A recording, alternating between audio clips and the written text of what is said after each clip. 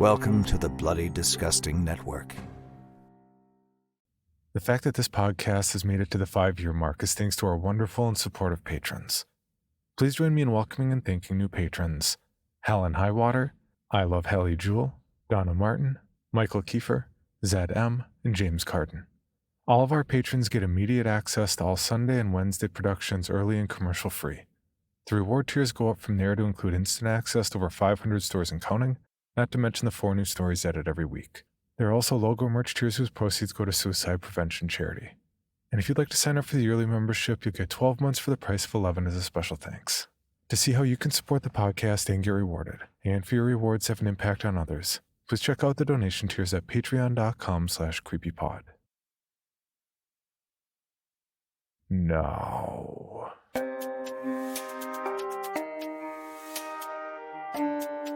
This is Creepy, a podcast dedicated to sharing the most famous, chilling, and disturbing creepypastas and urban legends in the world. Whether these stories truly happened or are simply fabrications is for you to decide. These stories may contain graphic depictions of violence and explicit language. Listener discretion is advised.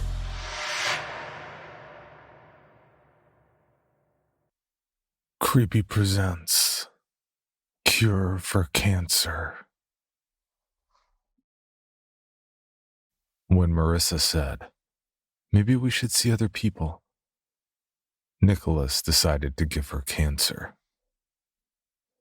Nicholas, like many geniuses, had his great obsession. The root of his monomania wasn't hard to trace. After all, he lost both his parents to cancer by the age of 13.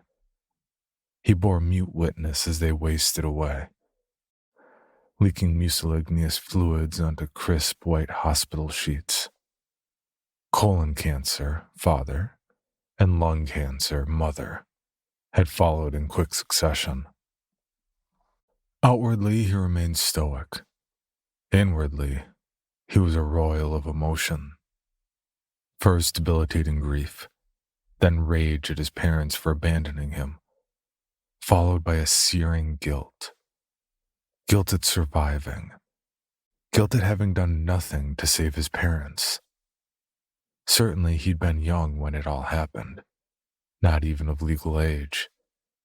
Still, he suffered lingering doubts that if only he'd asked the right questions, insisted on different doctors or courses of treatments, spoke out for his parents when they were unable, things might have gone differently.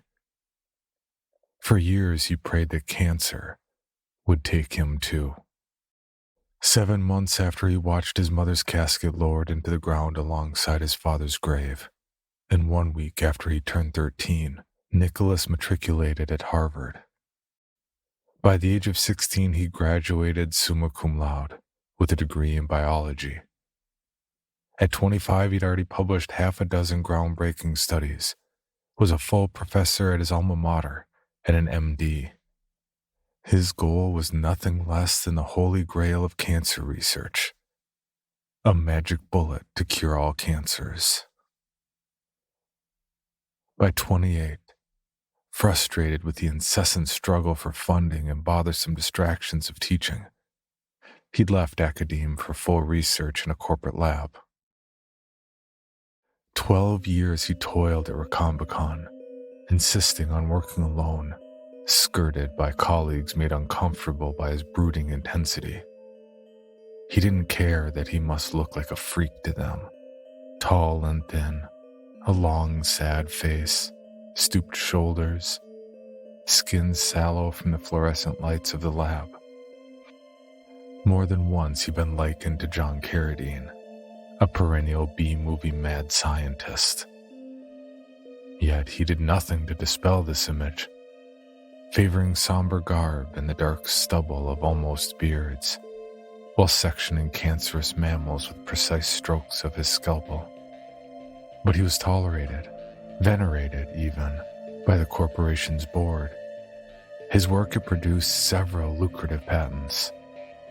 They gave him the things he needed and left him alone. In the same way cancer had relentlessly consumed his parents' vital organs, so it consumed his imagination, day after day in the lab, and during endless sheet-twisting nights in his Spartan, bare-walled apartment. Until Marissa happened into his life, that is. Even obsessed geniuses can fall in love.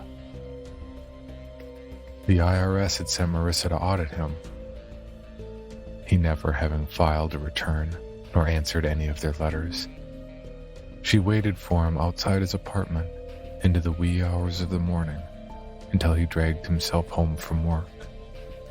Startling him, looming out of the darkness, spectral, pale as a gibbous moon, the oval of her lovely preternatural face framed in white hair. But most startling of all were her eyes, deep red pupils, like those of a photo's flash-frozen cat, surrounded by milky blue irises. Bewitched, Nicholas couldn't look away. Marissa was a breathtakingly beautiful albino. She wore a perfectly tailored black suit, a shocking contrast to her unpigmented skin and Argentine hair. A red garnet pin on her lapel glowed with the same eerie light as her eyes. "You've been a bad boy," she said. And that was all it took for Nicholas to fall terminally in love. An audit can be a simple thing if one keeps good records. Or, if the records are spotty, it can take a long time. Require the auditor and auditee to spend many hours huddled, head to head, weaving together the intimate details of one's financial life.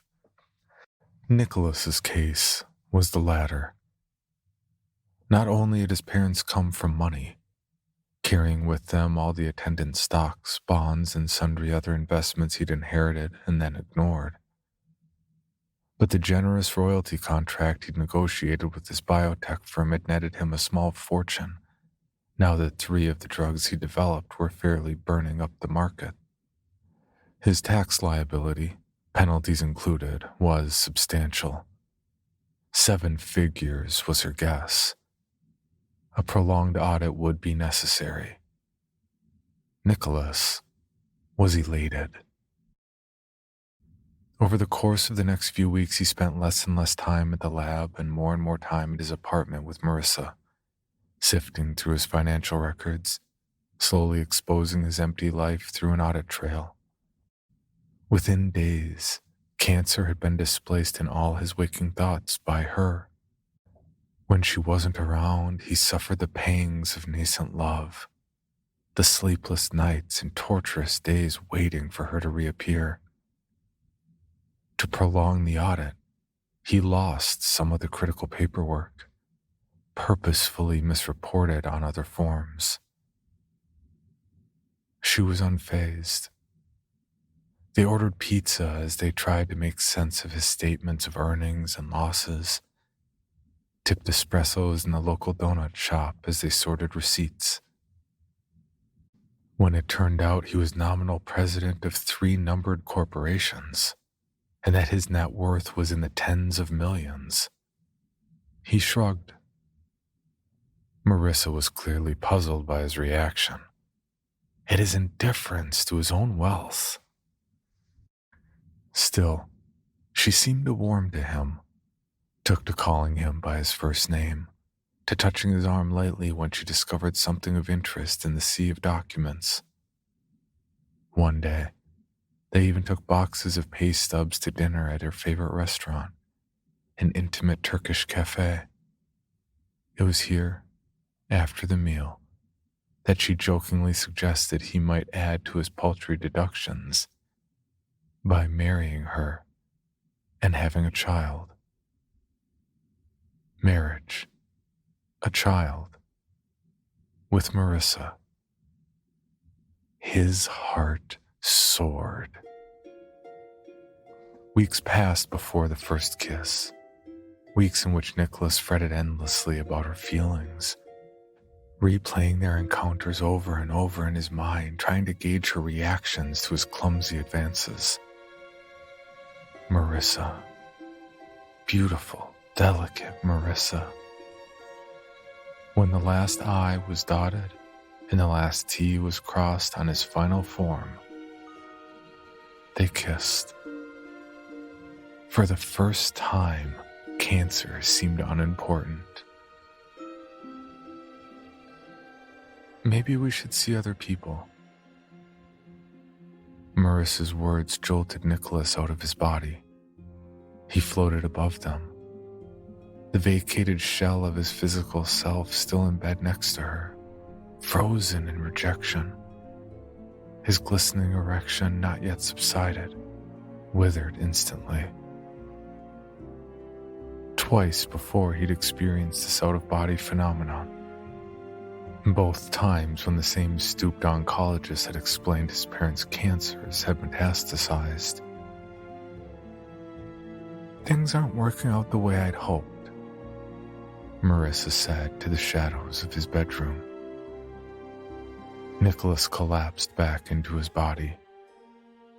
Every molecule of his being wanted to scream, "No, you're wrong." But he remained tight-lipped, as self-contained as he had been at the side of his parents' hospital beds. I don't think you're ready for this level of commitment. How could she say that? Of course he was ready. Tonight he had planned on telling her he loved her, that he wanted to be with her forever. Too late for that now. Unless... Reaching out, he put his hand on her breast, tracing its shape the way she liked. Don't. But her sharp intake of breath belied her admonition. Nicholas feathered the back of his hand down her belly, felt tiny invisible hairs rise to meet his knuckles. As soft as a breeze, his hand slid between her legs, his long index finger straightening into the mucilaginous warmth. No! Marissa disentangled herself and rose, looming naked in the moonlight, her skin flawless as the finest English porcelain, heart-stoppingly beautiful. A contrast in Nicholas's imagination to his own scrawny, consumptive form. Of course she wanted to see other men, younger, better-looking men. Men she could love the way he loved her. He pulled the sheets up to his chin, ashamed of his pitiful carcass. You're dumping me. Don't say it like that, Nicholas. His genius utterly failed him. She was slipping away while all he could do was stupidly clutch the edge of the sheet. You know I want children. She looked away. I'm sorry, but I don't think you're ready. So that's what this was about. You're wrong. Look, Nicholas, you're a nice guy. But there's an anger inside you that scares me. It's poisoning our relationship. I can barely cope. So how could a child deal with it? Anger. Nicholas was taken aback. I don't know what you're talking about. You can't bring your parents back, she said sharply, as if she were annoyed at him for forcing her to explain. Not by being with me or by having your own child. Marissa pulled on her panties, an absence of black against her alabaster skin, slid her arms through the straps of her bra, its dark lines bisecting her breasts. I've got to get going. Her tone softened, becoming conciliatory. We'll talk about it later, when we're calmer. Next week. Okay? He had nothing to say. Too fast. Too fast, she'd gathered up her things and was gone, leaving Nicholas in the dark. A ghostly afterimage of her naked luminescence burnt indelibly into his corneas. He felt abandoned, lost. As much as he had that day, he stood alone over the twin graves of his parents. That was when he knew he had to give her cancer. The essence of his plan was simple. He'd save her, and she'd love him. How to do it? 3 years ago, he'd worked on a clandestine project funded by the CIA. The agency had requested an undetectable delivery system for aggressive cancers using emasculated viral vectors, a kind of deleterious gene therapy. Nicholas pulled up the old files. The cancer he selected, an accelerated pancreatic cancer, was one he'd fathered in his lab. He knew its cell surface proteins as intimately as he would have known the face of his own child, and so knew its weaknesses too. In his experiments, he found that he could vanquish the malignant neoplasm easily, working miraculous recoveries in chimpanzees languishing in the latter stages of the disease. He also knew conventional therapies would be useless in fighting his variant. It was ideal. The only problem was its liquid suspension system. Too dark, too viscous, and with a sharp, funky aftertaste that made it useless to the CIA. But Marissa loved the thick, brackish coffee served at the Turkish place. Nicholas was right in believing that the murky liquid was one of few substances likely to mask the taste, smell, and appearance of his acrid, carcinogenic goo. A tiny squeeze tube in his pocket. An opportune moment when she excused herself to go to the toilet. Nicholas picked up a silver-plated teaspoon, stirred, watching the liquid diffuse in the miniature cup. Marissa returned and resumed her seat. She looked at him oddly. Nicholas frowned, then realized he was still stirring her coffee. "Sorry," he said, dropping the spoon. She looked at her cup, then at him. "Are you all right?" Sweat trickled down his temple. "Fine." His stomach nodded. Until now, he'd been so focused on preparing his cancer he hadn't had time to experience doubts. Now he looked at her, at beautiful Marissa. What the hell was he doing? Reaching for her cup, he curled his fingers around it. "That one's probably cold. I'll order you another." She grabbed his wrist. Nicholas felt his own quickened pulse beating beneath her pale fingers. "No, it's fine. I have to be going." "Going? But we haven't really talked." "I'm not sure there's a lot more to say." She looked away, out the window. "Besides," she said, far too casually while letting go of his wrist, "I really have to be going. Another case." Another case? Another late-night audit? Like his? Nicholas felt nauseous. He let go of the cup. Marissa picked it up and put it to her lips. Nicholas watched her drink. She dropped her share of the bill on the table and, with a chaste peck on Nicholas's cheek, was gone. 6 weeks later, she called him from the cancer ward. Ask any researcher. As good as a chimp is for modeling a human being, a chimp is not a human being. So it shouldn't have been a complete surprise to Nicholas when things went awry. Amidst the monitor ping and the drip of the IV, He hovered over her hospital bed, devastated. Marissa's fingers clutched weakly at his. She looked deceptively normal, but inside, things had gone very wrong.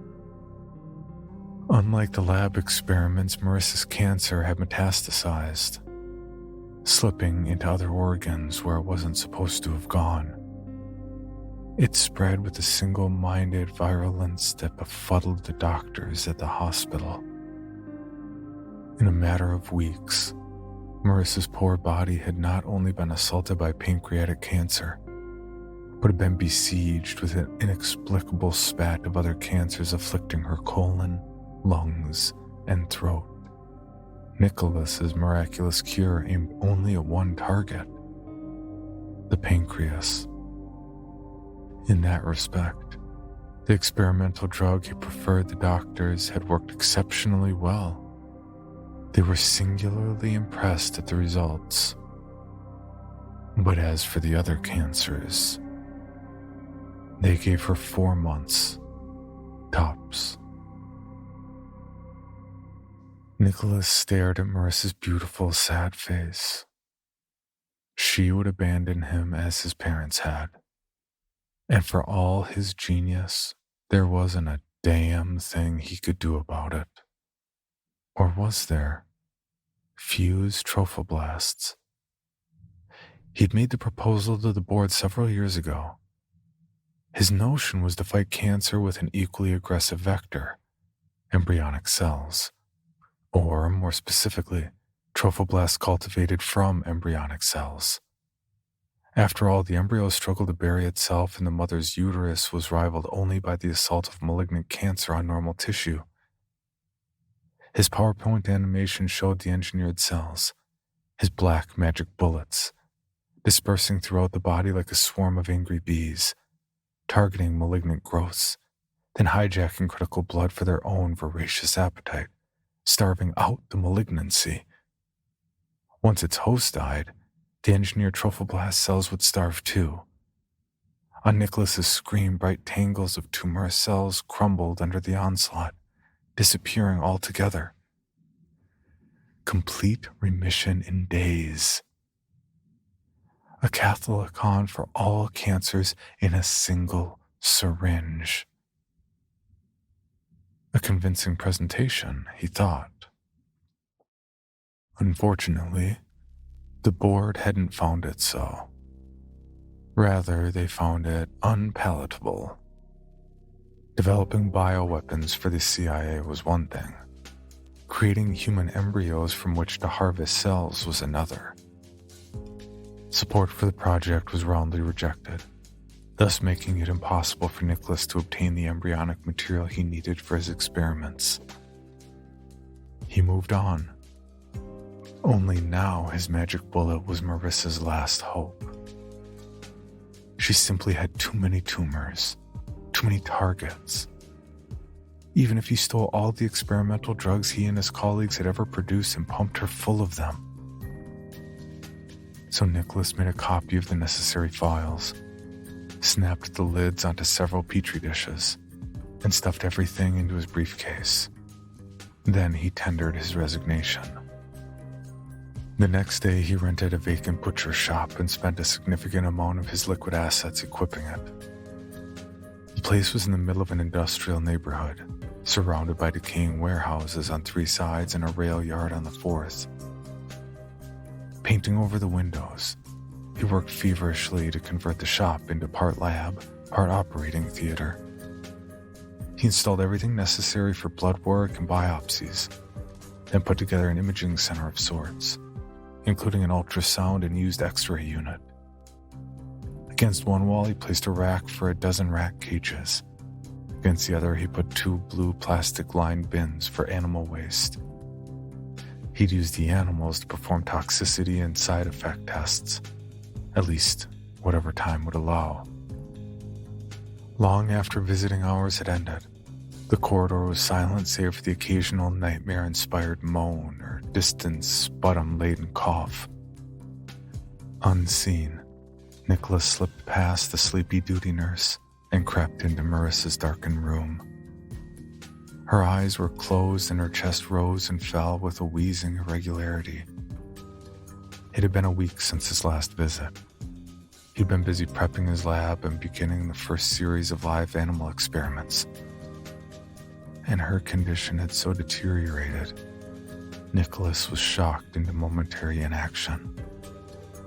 She looked hollowed out, her cheeks sunken, her eyes dark bruises, her long, glorious hair all but gone from the futile regimen of radiation and chemotherapy. Nicholas picked up her hand. It was limp and damp, like holding a drowned kitten. She stirred and groaned softly.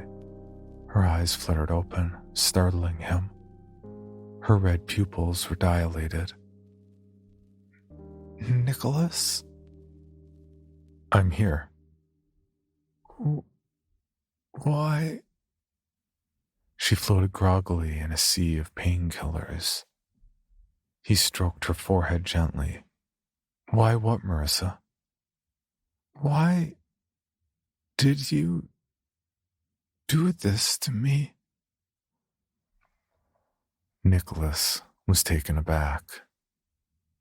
Did she know? She'd never mentioned it on any of his previous visits. Or was she just delirious, talking about something else? An errant memory swimming up through the analgesics. He searched her face but couldn't tell. She swallowed and closed her eyes. In a moment her breathing slowed, and although shallow, became regular. "Because I love you," Nicholas said, kissing her lightly on the forehead. He carefully detached the IV drips, sliding the needles from her vellum skin, dribbling bright red lines on her thin arms. Peeling back the tape, Nicholas removed 2 catheters. Cradling her like a newborn, he lifted and placed her in the wheelchair he'd brought. He made for the elevator, passing the now empty nursing station and down to street level.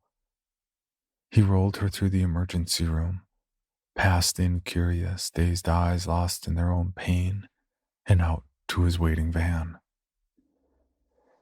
"Please, Nicholas, let me die." Marissa's voice was raspy. It was the first time she'd addressed him directly in a week. Usually when she spoke, it was to phantoms.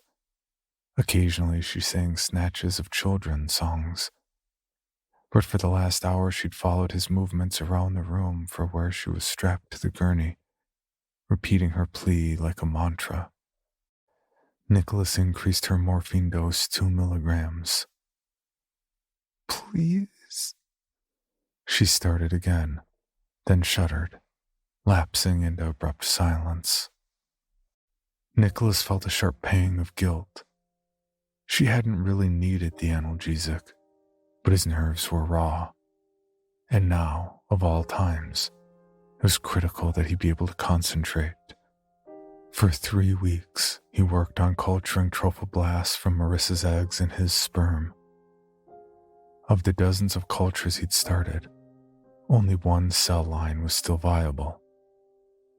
Nicholas filled a syringe with half of the murky fluid in which her final hope swam, slid it into a vein in her arm, then thumbed the plunger, firing his magic bullet at their targets. Marissa rallied, and Nicholas allowed himself a faint hope. In the days that followed, her tumors began to shrink. In the next 2 weeks, her progress was astonishing. Her recovery seemed a certainty. Nicholas was joyous. Then, her remission came to a crashing halt. Her tumors began reasserting themselves. Nicholas applied a second course of treatment. It used up the last of his engineered cells. Only this time her rally lasted no more than 48 hours. The cancer made up for its temporary abatement with a deadly new efficacy. Fresh lymphomas, Carcinomas and myelomas appeared. Lumps developed on her breasts and uterus, her left iris flecked with the black spots characteristic of melanoma of the eyes, and her nose developed ulcerating sores. Her beautiful, once pristine skin slowly receded under masses of brown lesions and the red-purple nodules of Kaposi's sarcoma. Esophageal cancer ravaged her throat, reducing her cry to an unrecognizable rasping noise. When an X-ray revealed the dark spots of several gliomas in her brain tissue, Nicholas finally understood her cancer-riddled organs were beyond even his powers of redemption. In days, perhaps hours, Marissa would succumb. He had lost again. 6 weeks to the day after he'd brought her here, exhausted and filled with desperate anguish, he pulled her off life support, then lay next to her on the gurney and wept. Despite his belief that he was feeding the cancers more than her, Nicholas kept her IVs attached. He couldn't bear to starve her to death. He loved her too much for that. So she lingered another day, and then the next, for a whole week. But how? For 2 long weeks, the cancers continued their rampage. She barely looked human. There wasn't a single centimeter of her ivory skin left. Although she was still vaguely Marissa-shaped, she was a mass of legions, waxy brown lumps, and suppurating tumors. Her left eye was dark with clotted blood. It swelled and crusted over, forcing her lid perpetually open. Nicholas leaned over to examine the brown, distended globe. He touched it with the tip of his latex-clad finger, and it popped, splattering his cheek with a yellowish-white pus. How could she be alive? Nicholas hadn't a clue, unless... A snatch of conversation he'd once had with Marissa came back to him. One of the few times he talked to her about his work. "Isn't cancer caused by a mutation?" she'd asked. He'd answered in the affirmative. "And isn't that how new species evolve?" He conceded the point. So maybe cancer is a new form of life struggling to express itself. At the time, he tried to explain the naivete of her point, but now Nicholas wondered if he hadn't been the naive one. Another week passed, Nicholas's lab filled with the stench of death, of the bacterial products of decay, histamine, putrescine, and cadaverine. But instead of killing her, the tumors commandeered her organs and stabilized them, creating dark, clotted doppelgangers. The smell diminished. New growths popped up. The cancers somehow activating long-dormant sequences of DNA. Strange, misshapen organs proliferated inside her abdominal walls and thoracic cavity. They pulsed with life, and dark fluids passed around and through them, sustaining her. Her blood-starved skin cracked and peeled, then sloughed off in broad swatches, revealing a brown carapace beneath. Where her mouth had been was a blistered oval, something that might have been a tongue twisted in its depths. 2 brown fibrous orbs had replaced her albinic eyes, twitching in dark sockets, mimicking the movements of real eyes. But did they see anything? Nicholas had no way of knowing. Marissa was alive. He stared at her, incredulous and appalled. How could he love such a monster? Yet he did. When blood formed dangerous fetid pools in her new organs, Nicholas disensanguinated her. He washed the blood from the floor with a hose, spraying it into runoff channels. A brown sludge now circulated in her sclerotic veins. A few days later, he cut out her fibrous, atrophied heart. It had no appreciable effect on her. Marissa, his Marissa, made odd ululating sounds, turning her head back and forth as if trapped in a nightmare. Nicholas discontinued the morphine. She calmed. However, when he approached, her head swiveled and her body strained towards him, as if she wanted him to comfort her. Nicholas pulled on his latex gloves and stroked her striated forehead. She relaxed. A dark arm pressed against his thigh. Though nobody else in the world could possibly have understood the mangled word, Nicholas did. Marissa, his Marissa, had called his name. Nicholas peeled off his gloves. He reached out and for the first time since he'd brought her here, touched her directly. Her skin was stippled with waxy bumps that felt cool beneath his fingertips. Yet in that moment, he could not have loved her more. She stirred when he touched the prominence of her breast. The nipples had rotted and fallen off nearly a month ago, but the rest of the breast had hardened into a shape that remained true to Marissa's. He stroked her the way she liked. Marissa groaned, arching against the restraints. Just as he had done long ago, Nicholas feathered the back of his hand down her belly, felt tiny invisible hairs rise to meet his knuckles.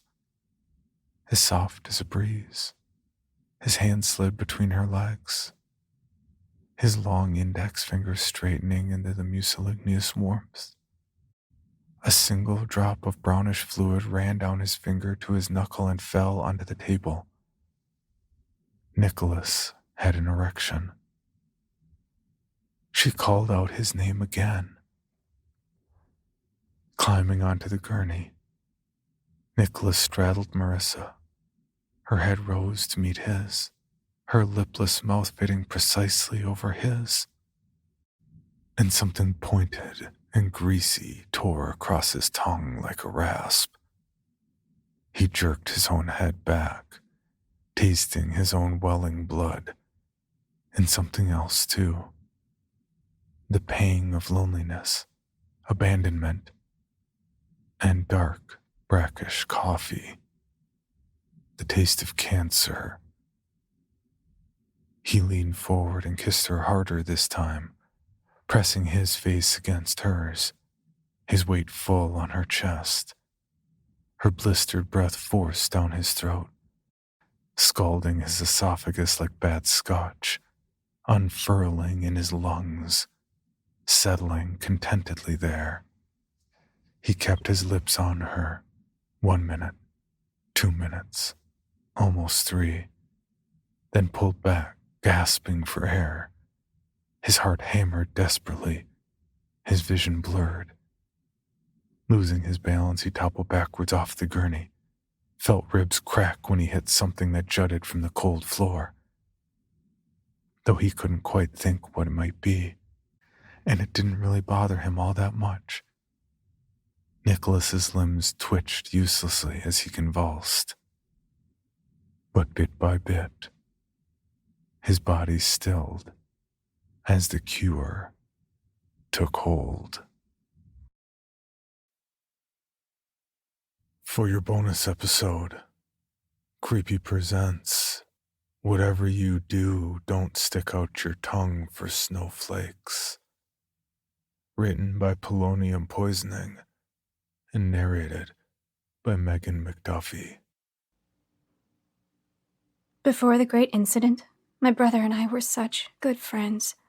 No one would guess how a single afternoon, a single trivial action, would doom our family forever.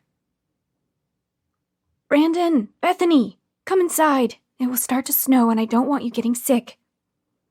Mom's tone was always polite, but final. Still, as she turned her back to attend to some other task, We stalled so we could stay outside until the first snowflake fell. Before that day, I always thought that it was beautiful how every single snowflake is unique. Now that I know why, I'm sick to my stomach, and I absolutely despise the mere possibility of being near snow. I had no way of knowing or avoiding it, but I wish I did. Brandon didn't deserve to seal his fate at only 13. We both stuck out our tongues to see who would get to lick the first snowflake of the season, foolishly and innocently. God, I wish it had been me. At least it wouldn't be that snowflake. I was closer to others, so I'd probably get a harmless one. Brandon loved to win. He laughed at the accursed thing with gusto as it melted on his tongue, and he immediately collapsed, his mouth foaming. The ride to the hospital was incredibly unpleasant. Mom screamed at me for not looking after my brother, despite the fact that I was only 15 months older than him and also a kid, then screamed at Dad, who refused to drive unsafely as the road started getting icy and slippery. Everyone was a nervous wreck, but we made it. Despite the situation being very scary, it was just an average seizure, and Brandon was fine after a short period of time. But he was never the same after that day. Firstly, Brandon started claiming to be a man named Jose Messias, and was suddenly fluent in both Spanish and Portuguese, 2 languages I'm sure he knew no more than 5 words from, and he'd curse and use aggressive slang the whole time. Around the same time, my brother started complaining about his wimpy and small body, and that it would be useless to carry out his revenge. Brandon became obsessed with getting stronger and fitter, and I'd often find him doing push-ups in the living room when I got up to fetch a glass of water. "I can't wait to grow up and go after those bastards," he often muttered, under his breath. And when he noticed me, he called me a nosy brat, to sugarcoat it. But it was just the beginning. Brandon suddenly became ill-tempered and even violent. He'd constantly have screaming matches with our parents, and they always ended with broken objects. Before the seizure episode, he was no saint, of course, but his teenage angst used to be pretty mild. It was 6 months after the snowflake incident when Brandon had his worst outburst, and it ended with him threatening Dad with a kitchen knife. Mere 2 days later, he almost killed our 20-something neighbor over his dog pooping in our yard. By then, we had no idea what was happening. Maybe his brain got messed up after the seizure. Maybe it was demonic possession. I was not ready to find out. It was a little of both. After the situation with the neighbor, our parents decided to put Brandon in a psychiatric hospital. It was sad, but he was a danger to himself and everyone around him. We didn't want him to end up in juvie or dead, so this was the lesser evil. I never saw someone kick and scream as desperately as Brandon did when he realized where he was being sent to. It took 7 nurses to restrain him. I remember feeling so scared for not recognizing my sweet, normal brother in that person. Maybe he had somehow turned into this Jose guy. The confirmation came the first time we visited. Brandon was pale and dispirited, but he looked like a boy his age, not like some older, vicious man. Our parents seemed relieved by his improvement, but my brother's eyes were filled with terror as they made plans to bring him home. He asked to talk to me privately, and Mom and Dad complied. "Bethany, I can't leave. You have to convince them to keep me here forever." Brandon seemed to be truly scared. "But you're better," I replied. "No, I'm not better. It's just that the medicine they gave me is shutting down Jose for now. As soon as he manages to wake up, I'll be violent again." Maybe he was messing with me. Maybe he had lost his mind. But I knew my brother. I knew when he was lying, and I knew when he was just impressed by something his own mind had created. It was neither. "This guy has possessed my body. He died thinking of revenge, of coming back to destroy his killers," Brandon explained. "He's done awful things, and he was an evil guy. His enemies murdered him." "How do you know?" I asked. Because he's living inside of me, Bethany. Jose knows everything about Brandon, and vice versa. How did he possess you? I don't know. Tell me what else you know about him.